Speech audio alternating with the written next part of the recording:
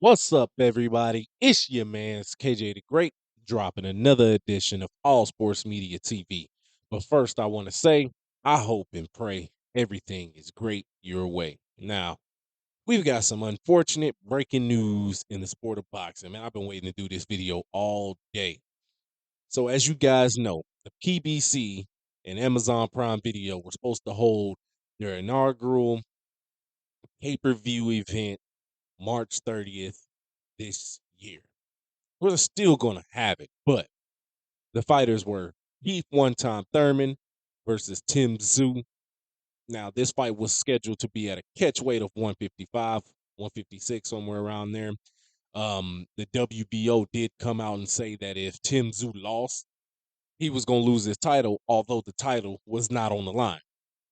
Now, pay per view was set $75, but it was going to be world title fights all over the card. Got Arislandi Lara defending his WBA title. Sebastian Fundora was going to fight for the WBC title. I mean, just titles everywhere. But unfortunately, Keith Thurman, who is 30 wins, one loss, no draw, with 22 wins by way of knockout, by the way, has suffered a bicep injury in training. Now, we could have kind of said we seen this coming, and I'm going to say this why. Because Keith Thurman has been inactive relatively for the better part of the 7 years. He fought his last fight in February of 2022 when he got a unanimous decision over Mario El Azteca Barrios. In that fight, he didn't look his best. He didn't look worse.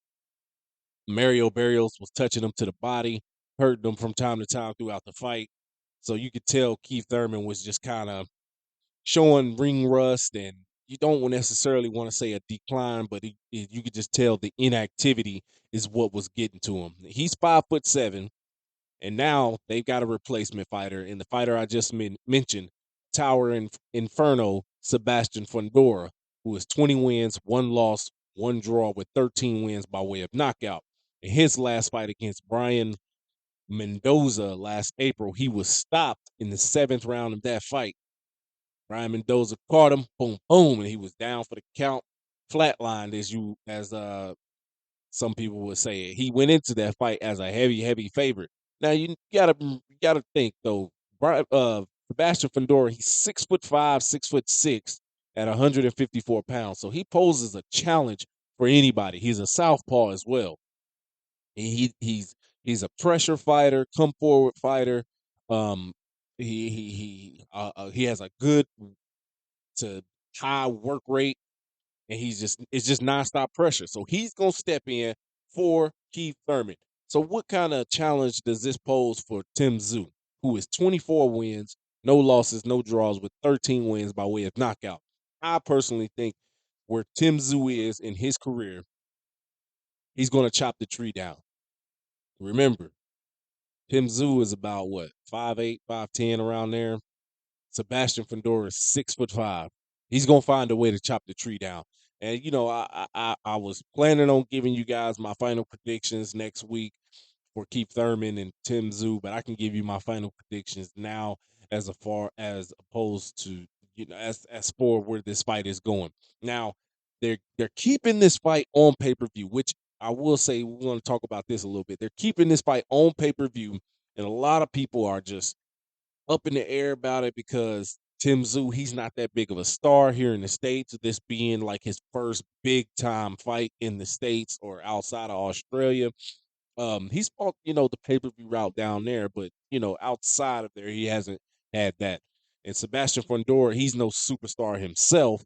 So it's one of those things where you got a pay-per-view selling for this amount, and the stardom just isn't there as you would expect for that price.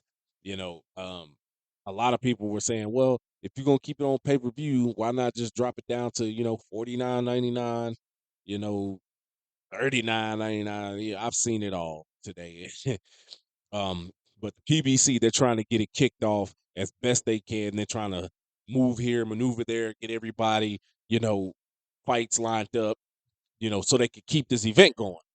Um, but like I said, I think Tim Tszyu is going to be able to chop the tree down. I think he may get a stoppage in this fight, and it sucks for Sebastian Fundora. I know he wants to prove himself, become a star, become a world champion, but um, after his KO loss from last year, where he lost the WBC interim title, I figured he probably would have wanted to try to get a rematch with Brian Mendoza or fight somebody else to get back into the win column, which that's essentially what he was gonna do as a part of the undercard for this fight. That was my belief, but his opponent was a good opponent, but I thought he was gonna win that fight.